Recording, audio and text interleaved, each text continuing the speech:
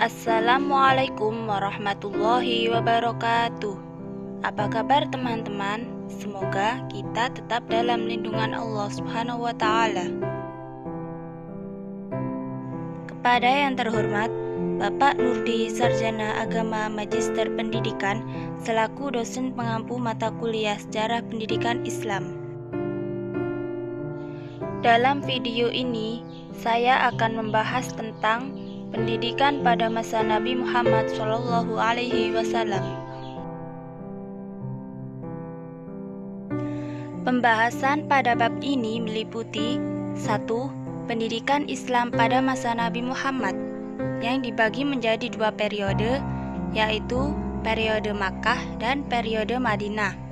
Yang kedua, metode pendidikan pada masa Nabi Muhammad, dan yang ketiga, tujuan pendidikan pada masa Nabi Muhammad.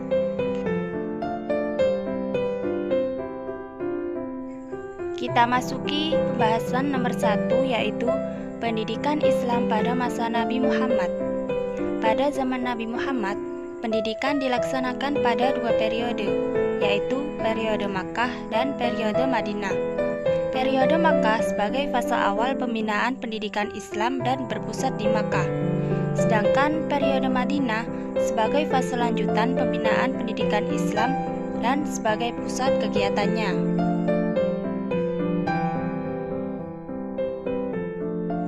Berikut ini adalah ajaran Nabi Muhammad dalam Islam, meliputi 1. Akidah, 2. Pengajaran Al-Quran, 3. Pendidikan ibadah, dan yang keempat, pendidikan akal.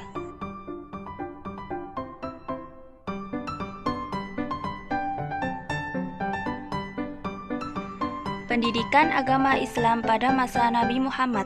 1. Pendidikan Islam pada masa Nabi Muhammad di Makkah, yaitu A. Pendidikan keagamaan, B. Pendidikan akliyah dan amaliyah, C. Pendidikan akhlak dan budi pekerti, D. Pendidikan jasmani atau kesehatan.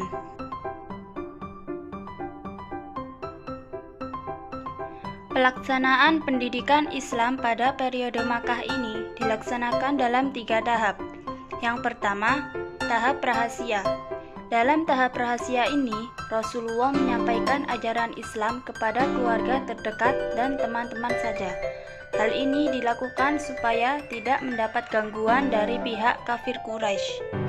Yang kedua, tahap terang-terangan. Dari hari ke hari, pengikut Nabi Muhammad semakin banyak. Mereka meyakini apa yang disampaikan Nabi Muhammad ini adalah benar. Tidak sedikit pun merasa ragu dengan ajaran yang diajarkan Rasulullah, karena selama ini beliau tidak pernah berbohong. Dan yang ketiga, dilakukan secara umum atau terbuka. Nabi Muhammad merubah strategi dakwahnya dari seruan yang terfokus kepada keluarga terdekat beralih kepada seruan untuk umum. Yang kedua, pendidikan pada masa Nabi Muhammad di Madinah. A. Pembentukan dan pembinaan masyarakat baru menuju kesatuan sosial dan politik. B. Pendidikan sosial politik dan kewarganegaraan. C. Pendidikan anak dalam Islam.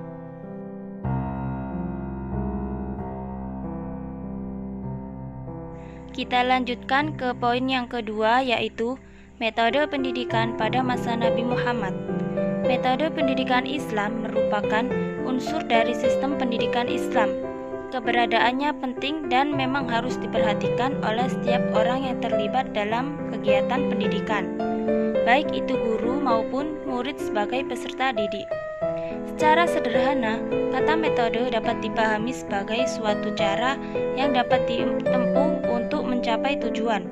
Dengan demikian, dapat disebutkan bahwa metode pendidikan Islam adalah segala cara dan usaha yang sistematis dan pragmatis untuk mencapai tujuan pendidikan Islam dengan melalui berbagai aktivitas yang melibatkan guru sebagai pendidik dan murid sebagai anak didik.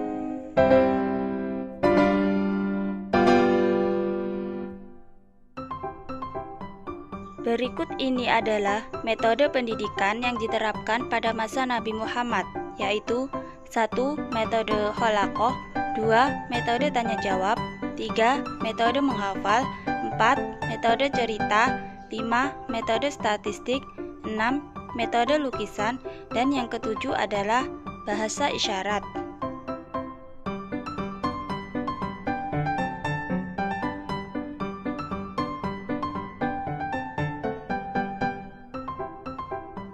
Poin yang ketiga yaitu tujuan pendidikan pada masa Nabi Muhammad.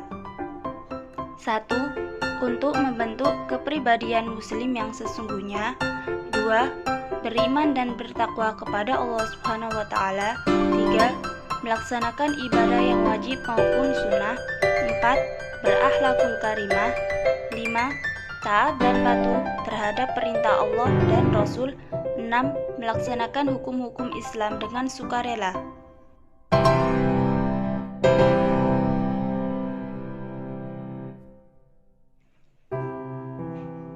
Dari beberapa uraian tersebut dapat disimpulkan bahwa sejarah pendidikan Islam pada masa Nabi Muhammad terdapat dua periode, yaitu periode Makkah dan periode Madinah. Metode yang digunakan antara lain halaqah, tanya jawab, hafalan, cerita, statistik, lukisan, dan bahasa isyarat. Adapun tujuan pendidikan pada masa Rasulullah adalah membentuk kepribadian muslim yang seutuhnya, mempunyai iman, berakhlakul karimah, taat kepada perintah Allah dan Rasul, melaksanakan hukum-hukum Islam, dan memelihara kesatuan kaum muslimin.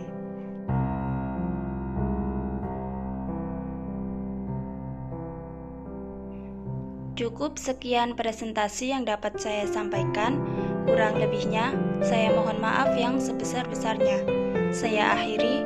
Wassalamualaikum warahmatullahi wabarakatuh.